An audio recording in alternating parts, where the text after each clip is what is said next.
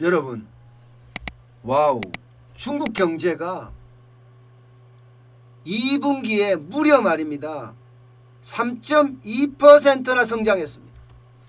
3.2%예요.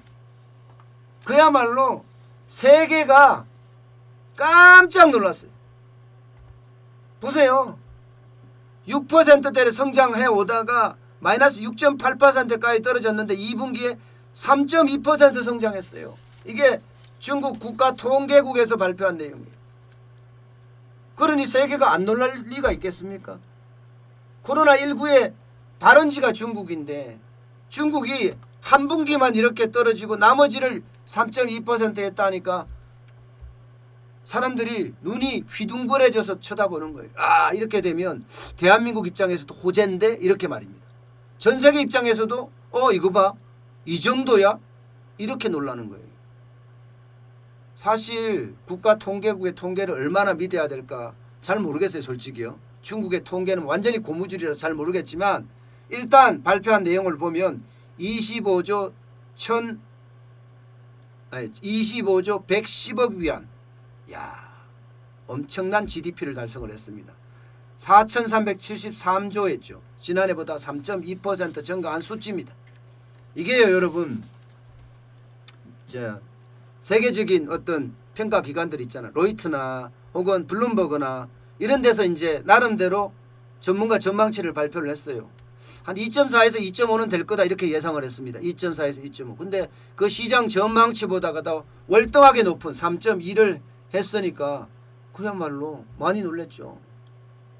중국이 1992년부터 분기별 성장률을 공개를 했거든요. 그때 이후로 원래 1분기 마이너스 6.8%가 마이너스가 처음이었어요.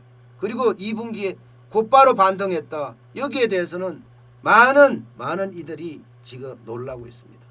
대한민국에게도 어떤 큰 호재가 아닌가 이렇게까지 이야기하고 있어요. 실제로 보면요. 지금 중국 국가통계국이 발표한 내용이에요. 이거는요, 여러분, 우리 경제에 굉장히 중요한 요소라서 한번 들어볼 만합니다. 예. 생산이 4.8% 증가했습니다.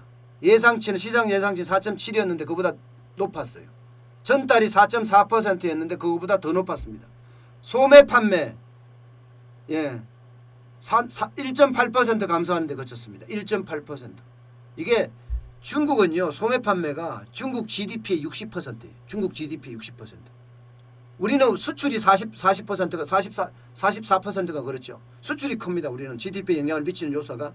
중국이나 미국은 아무래도 소매 판매가 영향을 많이 미치는데 지금 중국 같은 경우는 거의 60% 차지하거든요. 소매 판매. 근데 소매 판매가 1.8% 감소하는데 그쳤으니까 굉장히 줄어든 거예요. 5월에 마이너스 2.8%였거든요. 감소폭 확 줄였습니다.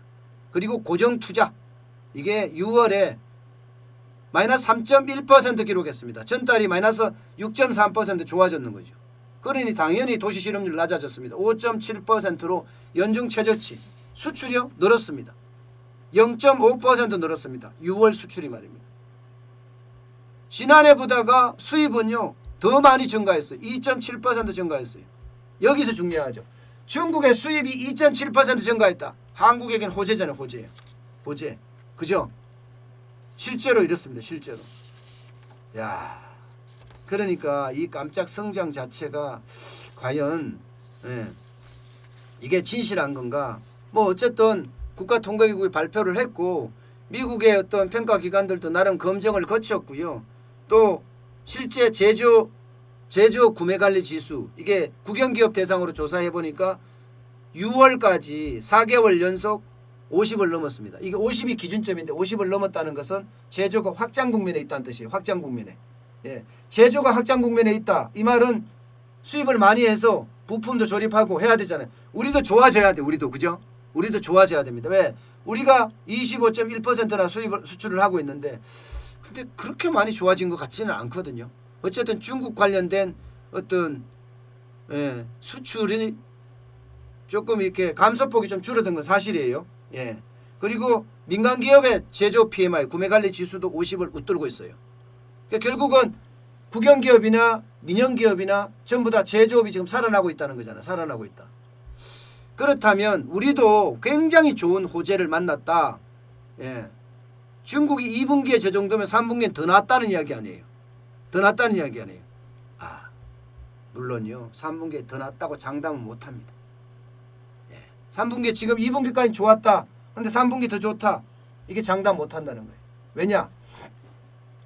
코로나19의 그 어떤 그 상황이 지금 점점 더 확산되고 있거든요.